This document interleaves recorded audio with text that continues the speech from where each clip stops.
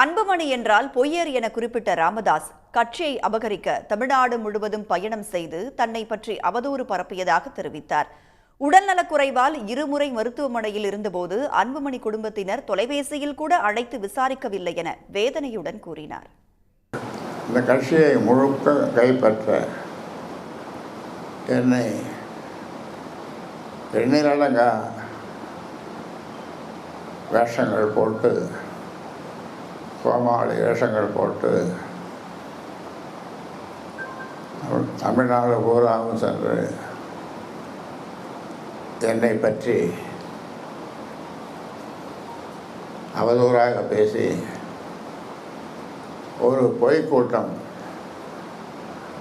அன்புமணியை யார் என்று என்னை கேட்டால், நீங்கள் கேட்டால் இல்லை யார் கேட்டாலும் அவர் பொய்யர், பொய் பேசுவதில் வல்லவர் என்று சொல்வேன். கூசாமல் யோசிக்காமல் பொய் சொல்லுவார்.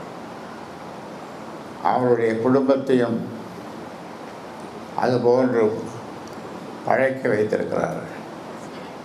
என்னோடு பாசத்தோடு இருந்த கட்சிக்காரர்களை பணம் கொடுத்து விலைக்கு வாங்கி இப்படிப்பட்ட ஒரு கேவலமான தொழிலை செய்து கொண்டிருந்தார்.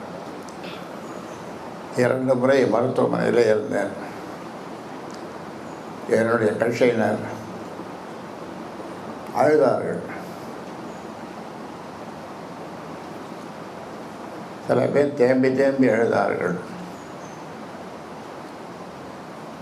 பொதுமக்கள் ஐயோ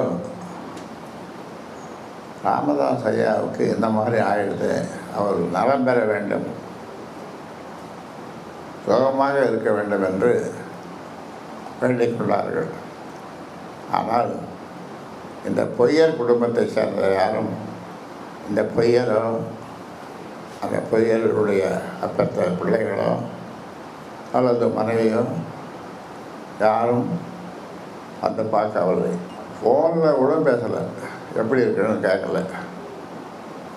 ஒரே ஒரு முறை அவங்க அம்மா மட்டும் வந்து பார்ப்பாரு. உடனுக்குடன் செய்திகளை தெரிந்து கொள்ள சன் நியூஸ் பெல் ஐகானை கிளிக் பண்ணுங்க.